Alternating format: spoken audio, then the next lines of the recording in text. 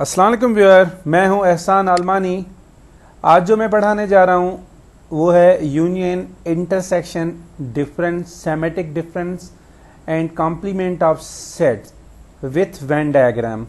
तो union, intersection, difference, symmetric difference and complement, इसके साथ साथ उनकी वेन डायग्राम भी मैं आपको आज समझाऊंगा।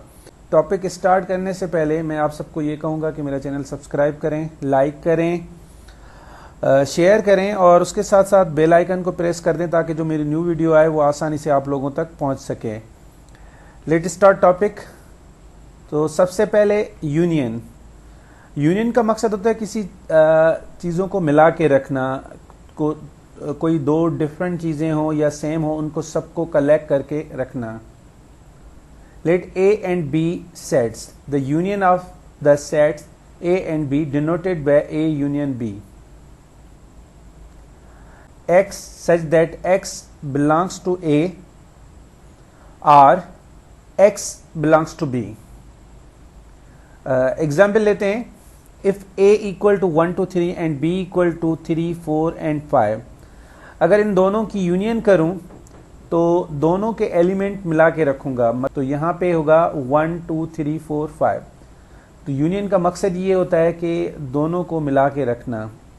जो सेम हो उसको वंस टाइम लिखेंगे, बाकी जो सेम नहीं है उनको भी लिखना है हमें। तो ये ए यूनियन बी है। अब ये दोनों जो सेट हैं, ये दोनों जो हैं वो ओवरलैपिंग सेट हैं। तो ओवरलैपिंग के लिहाज से इनका जो वेन डायग्राम बनेगा वो इस तरीके से बनेगा, क्योंकि ये ओवरलैप का वेन डायग्राम है। और यूनियन का जो वेन डायग्राम बनता है वो इस तरीके से बनता है, मतलब ए और बी दोनों आंसर होंगे तो दोनों को हम कलर करेंगे। तो ये आंसर है यूनियन का, और वेन डायग्राम भी यूनियन का इसी तरीके से बनता है जो कि ओवरलैपिंग सेट हो। Example number 2, if A equal to 1, 2 and B equal to 1, 2, 3, 4। अब यहां पे क्या है, ए जो है वो बी का सबसेट है। तो इसका जो वेन डायग्राम बनेगा वो किस तरीके से बनेगा, सबसे पहले इसको सॉल्व कर लेते हैं, उसके बाद मैं आप लोगों को इनका वेन डायग्राम दिखाता हूं। सबसे पहले अगर मैं ए और बी को यूनियन कर लूं तो इसका जो आंसर आएगा वो 1, 2, 3, 4 आएगा, जो कि बी के एलिमेंट है। तो इसका मकसद ये था कि ए जो था वो बी का सबसेट था। जो इसका वेन डायग्राम बनेगा वो इस तरीके से बनेगा, क्योंकि ए बी के अंदर ही होगा, क्योंकि ए के जो एलिमेंट हैं हमने बी से लिए हैं। तो सबसेट के लिहाज से ये सबसेट का वेन डायग्राम भी इसी तरीके से ही बनता है। Example 3, if A equal to 1, 2 and B equal to 3, 4, ये डिसजॉइंट है।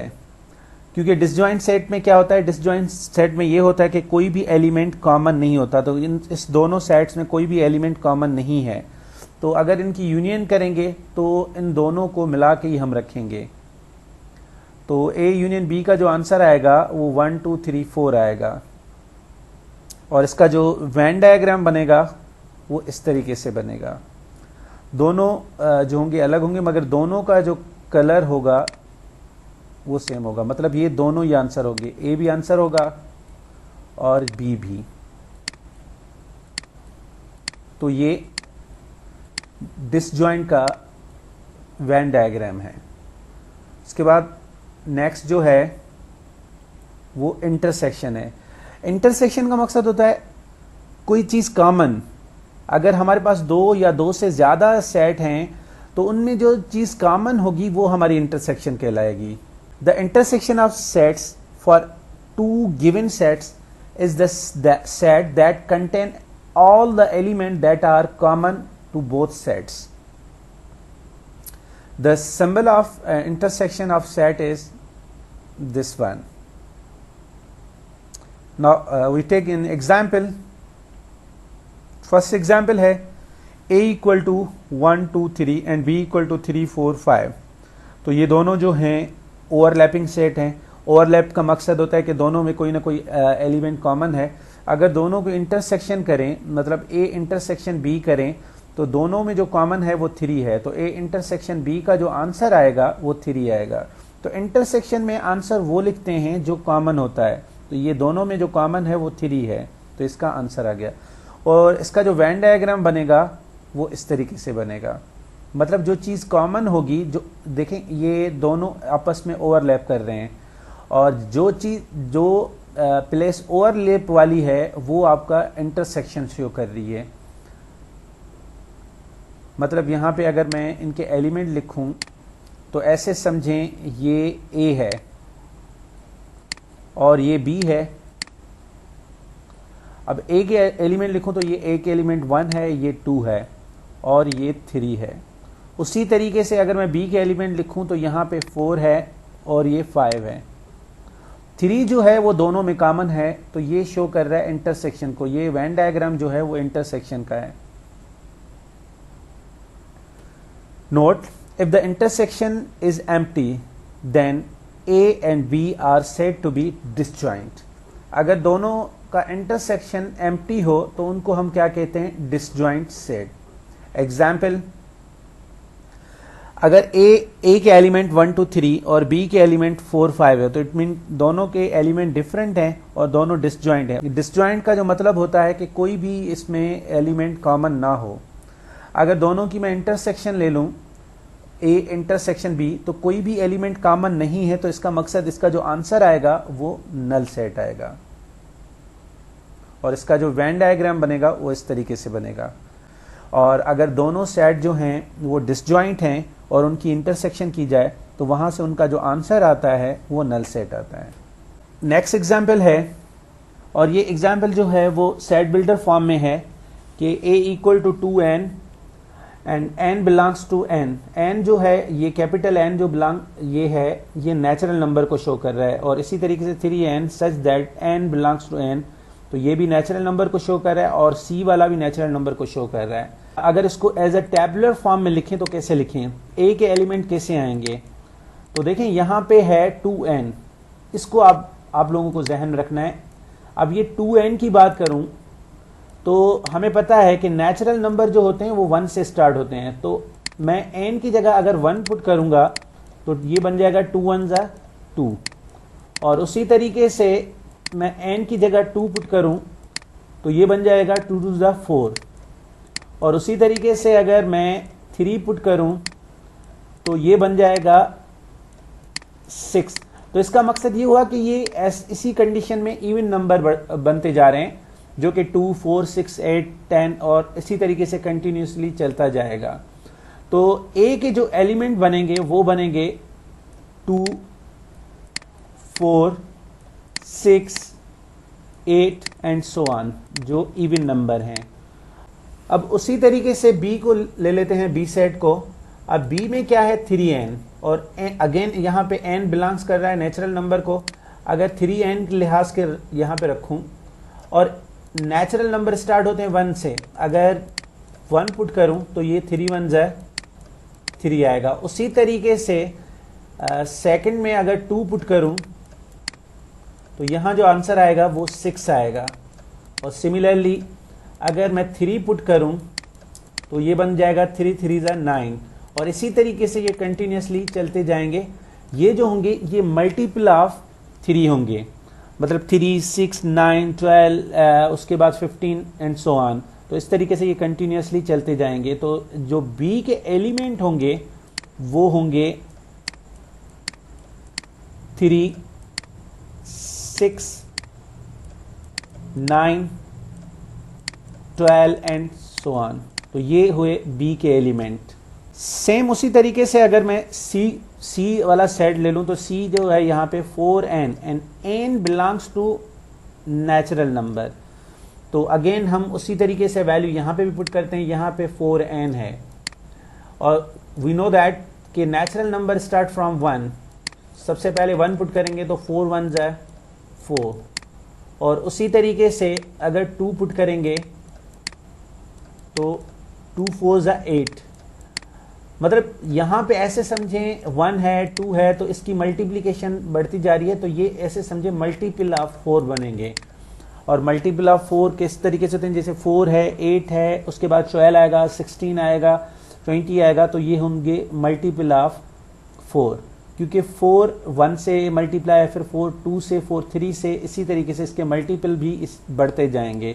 तो जो C की वैल्यू आएगी वो मल्टीपल ऑफ 4 आएगी, मतलब मल्टीपल 4 क्या होंगे, जैसे कि 4 है, 8 है, 12 है एंड सो ऑन। तो ये जो हैं ये मल्टीपल ऑफ 4 हैं और जो कि C के एलिमेंट हैं। हमें सॉल्व क्या करना है, A इंटरसेक्शन B। तो सबसे पहले हम A के एलिमेंट लिखेंगे, तो A के एलिमेंट जो हैं वो 2, 4, 6, 8 हैं और B के एलिमेंट 3, 6, 9, 12 है। इंटरसेक्शन B, हमें पता है कि इंटरसेक्शन का मकसद ये होता है कि जो चीज़ कॉमन हो। अब दोनों सेट्स में कोई भी चीज़ कॉमन है तो वो इंटरसेक्शन में आंसर आएगा। तो यहाँ पे अगर कोई चीज़ कॉमन है तो सबसे पहले जो कॉमन है वो 6 कॉमन है और उसके बाद 12 कॉमन है, उसके बाद 18 होगा, उसके बाद 24 होगा। और ये जो हैं ये क्या हैं, ये मल्टीपल ऑफ 6 हैं। अगर मैं इसी को सेम इसी कंडीशन में लिखना चाहूँ तो सेम यहाँ पे क्या लिखूँगा, सिर्फ 6n। यहाँ पे 6 है, यहाँ 2n है, तो यहाँ इस लिहाज से आ रहा था कि 2, 4, 6 आया। अब मगर यहाँ 6 से स्टार्ट हो रहा है तो यहाँ पे जो बनेगा वो 6n बनेगा, क्योंकि n की जगह अगर मैं 1 पुट करूँ तो 6 1 जा 6, उसी तरीके से n की जगह 2 पुट करूँ तो जो बनेगा वो 12 बनेगा। तो ये मल्टीपल ऑफ 12 बनेंगे। नेक्स्ट जो है A यूनियन C, अगर A के एलिमेंट और C के एलिमेंट्स की यूनियन करूं तो उसका जो आंसर बनेगा, यूनियन का मकसद है कि दोनों को मिला के रखना। ये यहाँ 2 है, 4 है, 6 है, 8 है। अगेन ये मल्टीपल ऑफ जो बनेंगे, मल्टीपल ऑफ 2 बनेंगे, या ऐसे समझ लें कि ये इवन नंबर बनेंगे। तो सेम उसी तरीके से ये सेम टू सेम बन जाएगा 2n and n belongs to natural number. Difference of set, अब डिफरेंस ऑफ सेट्स क्या होता है, let A and B sets the difference of A and B denoted by A difference B। ये जो minus की sign है ये show करती है डिफरेंस को। The set containing the element of A that are not in B। Difference में क्या कहते हैं, जो A के एलिमेंट जो पहला सेट होगा उसी के रिमेनिंग एलिमेंट जो कट जाएं, उसके अलावा जो उसके बच जाएं एलिमेंट, वही डिफरेंस में आते हैं। जो फर्स्ट सेट हो, सेकंड सेट नहीं। तो फर्स्ट A है तो A के रिमेनिंग एलिमेंट लिखने होते हैं, अगर फर्स्ट B है तो B के रिमेनिंग एलिमेंट लिखने होते हैं। A difference B, x such that x belongs to A and x not belongs to B. The difference of A and B is also called the complement of B with respect to A. Example, if element of A is 1, 2, 3 and element of B is 3, 4, 5, both are overlapping set, जो इनमें दोनों में जो common है वो 3 है। अगर इनका डिफरेंस किया जाए तो जो कॉमन होगा उसको निकाल के रिमेनिंग जो A के एलिमेंट बचेंगे जिससे हम डिफरेंस कर रहे हैं, क्योंकि A से हम डिफरेंस कर रहे हैं तो रिमेनिंग A के एलिमेंट हम लिखेंगे 1, 2। तो ये हुआ डिफरेंस का आंसर। और इसका जो वेन डायग्राम बनेगा वो इस तरीके से बनेगा, क्योंकि रिमेनिंग एलिमेंट A के हैं तो A के रिमेनिंग एलिमेंट जो होंगे वो आंसर होंगे। कभी कभी ये MCQs में ही वेन डायग्राम गिवन होता है, हमें डायरेक्ट उसके एलिमेंट लिखने होते हैं। तो हमें ये जहन में रखना चाहिए, अगर कलर्ड जो है वो सिर्फ A वाला पार्ट है तो इसका मकसद A डिफरेंस B है, और कलर्ड B वाला पार्ट होता तो उसका मतलब होता कि B डिफरेंस A। तो यहाँ पे ऐसे समझें कि जो A के एलिमेंट हैं वो 1, 2 और ये 3, और उसी तरीके से B के एलिमेंट जो हैं यहाँ पे 4 है और यहाँ पे 5 है। तो यहाँ पे जो कॉमन है वो 3 है। कॉमन को निकाल के रिमेनिंग जो A के एलिमेंट बचेंगे वही जो होगा वो A डिफरेंस B का आंसर होगा। नेक्स्ट एग्जाम्पल है कि A equal to ABCE and B equal to EFG। अगर हम इसको B डिफरेंस A करें तो B डिफरेंस A जो B में से डिफरेंस होगा वो सिर्फ और सिर्फ E होगा। उसके अलावा जो B के एलिमेंट बच जाएं, A के नहीं, जो B के एलिमेंट बचेंगे वही इसका आंसर होगा। तो B डिफरेंस A का जो आंसर होगा वो F और G होगा। और इसी तरीके से इसका वेन डायग्राम बनेगा जो B के रिमेनिंग एलिमेंट हैं। अच्छा, अगर डिफरेंस हो और दोनों के एलिमेंट डिफरेंट हो, मतलब जैसे कि अगर मैं कहूं कि ए के एलिमेंट जो हैं वो 1 2 हो, दोनों जो सेट हों वो डिसजॉइंट सेट हों 1 2, और बी के एलिमेंट जो हों वो 3 4 हों, और इनका जो वेन डायग्राम बनेगा वो किस तरीके से बनेगा। सबसे पहले अगर मैं ए को बी से डिफरेंस करूं तो रिमेनिंग एलिमेंट जो बचेंगे वो ए के बचेंगे, जो कि होंगे 1 2। तो वेन डायग्राम जो बनेगा कि दोनों डिसजॉइंट हैं तो ओवरलैप दोनों नहीं करेंगे, तो यहां ए है और ये समझें बी है। अगर डिसजॉइंट है और दोनों का डिफरेंस कर रहे हैं, सबसे पहले अगर ए डिफरेंस बी करें तो आंसर यही आएगा, ए वाला पार्ट। अगर बी डिफरेंस ए होता तो बी वाले हिस्से को हम कलर करते। अगर उसी तरीके से दोनों जो हों वो इम्प्रॉपर सबसेट हों, जैसे कि ए के एलिमेंट 1 2 हों और उसी तरीके से बी के एलिमेंट भी 1 2 ही हों,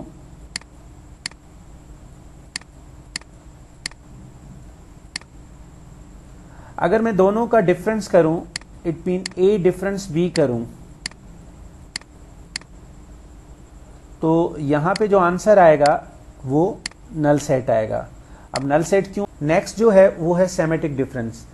सेमेटिक डिफरेंस क्या होता है? सेमेटिक डिफरेंस में ये होता है कि अगर दो सेट हैं ए और बी, जो कॉमन एलिमेंट है उसको छोड़ के रिमेनिंग ए और बी के एलिमेंट लिखे जाते हैं symmetric difference. The semetic difference of two sets, the sets of element which are in the either of the set but not in their intersection. Semetic difference denoted by this one sign. Example number 1, if element of A is 1 2 3 and element of B is a 3 4 5, here the common element is a 3. सिर्फ common elements को छोड़ के remaining जो होंगे वो सारे के सारा आंसर होगा।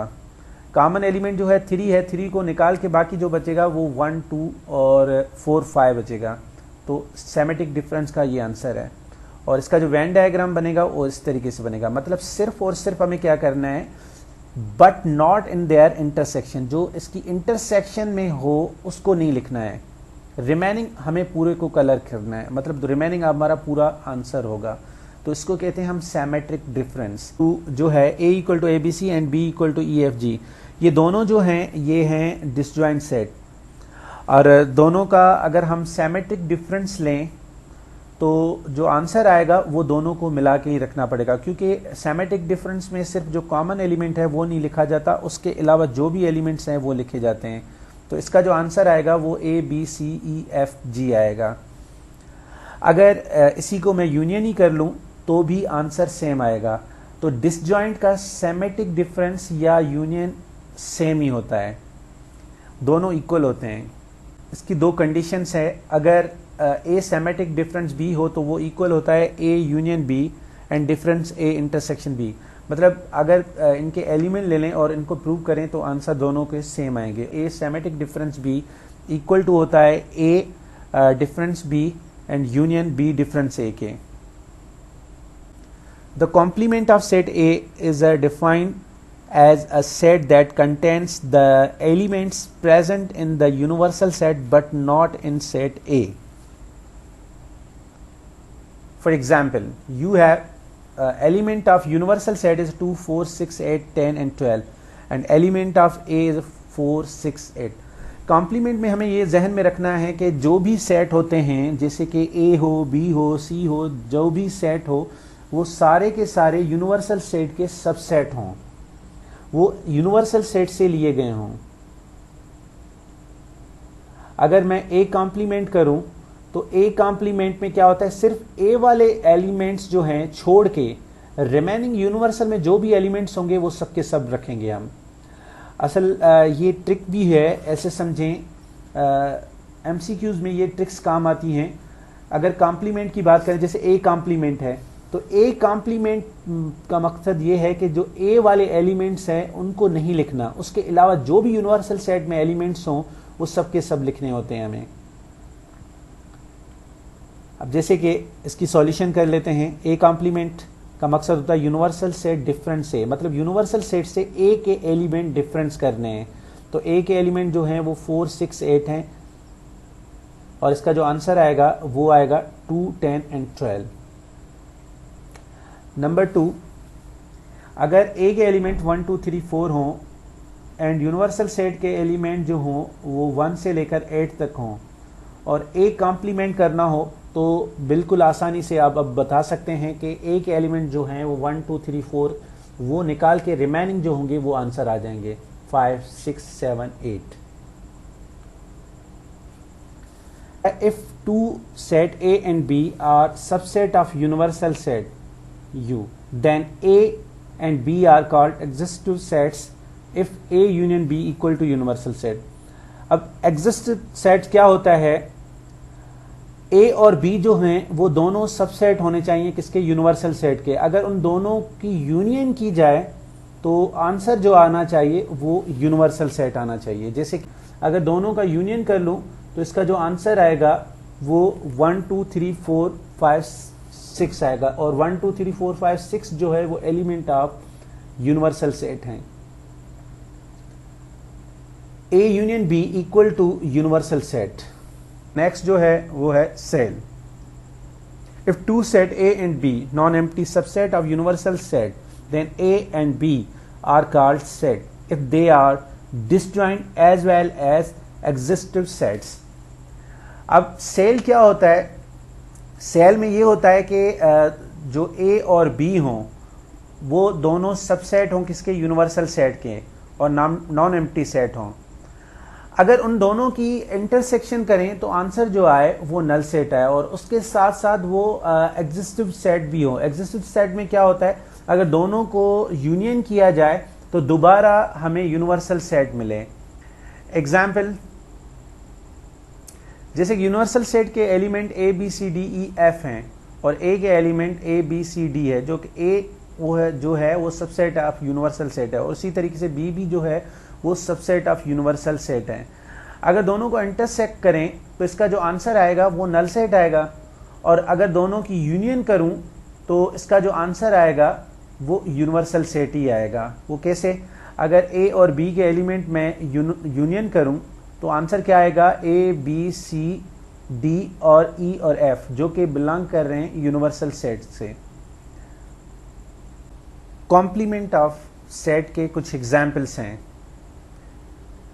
If universal set equal to 1, 2, 3, 4 up to 10 and A equal to 2, 4, 6, 8 and B equal to 1, 2, 3, 4, 5 then सबसे पहले A कॉम्प्लीमेंट। अगर A कॉम्प्लीमेंट की बात करें, मैं पहले भी समझा चुका हूं कि A कॉम्प्लीमेंट का मकसद जो A के एलिमेंट हैं उनको छोड़ के बाकी रिमेनिंग जो यूनिवर्सल सेट के एलिमेंट्स होंगे वो आंसर आएगा। तो रिमेनिंग जो होंगे वो होंगे 1, 3, 5, 7, 9 और 10 और इसका जो वैन डायग्राम बनेगा वो इस तरीके से बनेगा। मतलब ये पूरा का पूरा जो है ये यूनिवर्सल सेट है, सिर्फ ए के एलिमेंट निकाल के रिमेनिंग जो भी एलिमेंट्स होंगे वो आंसर आएंगे। तो ये है A complement. De Morgan's laws में, अब डी मॉर्गन्स लॉ जो हैं वो दो हैं। सबसे पहले हम फर्स्ट वाले को प्रूव करेंगे। तो पहला डी मॉर्गन लॉ जो है A union B whole complement A complement intersection B complement. अब इसको सिंप्लीफाई करना है। सबसे पहले हम क्या करेंगे? लेफ्ट हैंड साइड लेंगे। अगर लेफ्ट हैंड साइड लें, ये कॉम्प्लीमेंट है। अगर लेफ्ट हैंड साइड लें तो उसमें है A union B whole complement. अगर होल कॉम्प्लीमेंट हटाऊंगा तो यूनिवर्सल सेट से होल ब्रैकेट को डिफरेंस करूंगा। तो सबसे पहले मैं ब्रैकेट को सॉल्व करूं ए यूनियन बी और ए और बी को यूनियन करूं तो उसका जो आंसर आएगा 1, 2, 3 up to 8 आएगा। अगर यही एलिमेंट यूनिवर्सल सेट से निकाल दें तो रिमेनिंग जो एलिमेंट बच जाएंगे वो 7, 9 एंड 10। सॉरी, ए यूनियन बी में जो है वो 7 नहीं है, तो रिमेनिंग एलिमेंट जो बच जाएंगे वो 7, 9 और 10 आ जाएंगे। और उसी तरीके से हम now we take right hand side. अगर राइट हैंड साइड ले लें तो राइट हैंड साइड में सबसे पहले ए कॉम्प्लीमेंट है। तो ए कॉम्प्लीमेंट में जो ए के एलिमेंट हैं उसके अलावा जो भी यूनिवर्सल सेट के एलिमेंट्स हैं वो हम लिखेंगे और उसी तरीके से बी कॉम्प्लीमेंट में भी यही है कि जो बी के एलिमेंट्स छोड़ के बाकी जो रिमेनिंग एलिमेंट्स होंगे वो यूनिवर्सल सेट के वो हम लिखेंगे, और इन दोनों की अगर इंटरसेक्शन करें तो यहाँ आंसर जो आएगा वो 7, 9 और 10 आएगा। और इसी तरीके से जो इसका वेन डायग्राम बनेगा वो इस तरीके से बनेगा। मतलब अगर A union B whole complement है या ए कॉम्प्लीमेंट है इंटरसेक्शन बी कॉम्प्लीमेंट है, तो आप लोगों को ये जहन में रखना है कि जिनके ऊपर भी कॉम्प्लीमेंट है वो दोनों हिस्सों को छोड़ के रिमेनिंग जो यूनिवर्सल सेट के जो एलिमेंट्स होंगे वो आंसर आएंगे। सेकेंड लॉ है, अगेन यूनिवर्सल सेट के एलिमेंट जो है 1 to 10 हैं, ए के एलिमेंट 2 और 2, 4, 6, 8 हैं, और उसी तरीके से बी के एलिमेंट 1, 2, 3, 4, 5 हैं। हमें प्रूव करना है De Morgan's law, second De Morgan's law. A intersection B whole complement equal to A complement union B complement. We take left hand side first. Now left hand side is A intersection B whole complement. Whole complement हटाएंगे तो ये universal set लिखेंगे और इसी से whole bracket को ही हम difference करेंगे। सबसे पहले हमें ए इंटरसेक्शन बी करना है। अब ए इंटरसेक्शन बी, ए और बी के जो कॉमन एलिमेंट्स हैं वो लिखने हैं। ए और बी के जो कॉमन एलिमेंट्स हैं वो 2 और 4 हैं। 2 और 4 को हमें क्या करना है, यूनिवर्सल सेट से निकालना है, तो ये होल कॉम्प्लीमेंट सॉल्व हो जाएगा। सिर्फ 2 और 4 को निकाल के रिमेनिंग जो एलिमेंट होंगे वो A intersection B whole complement का आंसर होगा। Now we take right hand side. Right hand side A complement union B complement. A complement से मुराद ए के एलिमेंट यूनिवर्सल सेट से निकाल दें, 2, 4, 6, 8 निकाल दें, रिमेनिंग जो होंगे वो ए कॉम्प्लीमेंट का आंसर आएंगे। और उसी तरीके से बी कॉम्प्लीमेंट, तो बी के एलिमेंट यूनिवर्सल सेट से निकाल के रिमेनिंग जो यूनिवर्सल सेट से एलिमेंट्स आएंगे वो आंसर होगा। अब इन दोनों को यूनियन करूं तो यहाँ पे सिर्फ 2 और 4 नहीं है, remaining same to same answer आ जाएगा। सो प्रूव हो गया कि left hand side equal to right hand side. इनका वेन डायग्राम जो बनेगा वो इस तरीके से बनेगा। जो कॉमन एलिमेंट हैं वो निकाल के, मतलब ए कॉम्प्लीमेंट और बी कॉम्प्लीमेंट के जो कॉमन एलिमेंट्स से वो निकाल के रिमेनिंग जो भी होगा वो आंसर आएगा। आई होप कि आप लोगों को ये चीज़ें समझ में आ गई होंगी। इंशाल्लाह हम नेक्स्ट लेक्चर में दोबारा मिलेंगे। लेक्चर के लास्ट में अगेन मैं कहता हूँ कि मेरा चैनल सब्सक्राइब करें, लाइक करें, दोस्तों को शेयर करें और उसके साथ साथ बेल आइकन को प्रेस कर दें ताकि जो मेरी न्यू वीडियो आए वो आसानी से आप लोगों तक पहुंच सके। और उसके साथ साथ अगर कोई आप सजेशन देना चाहें तो भी दे सकते हैं। अल्लाह हाफ़िज़।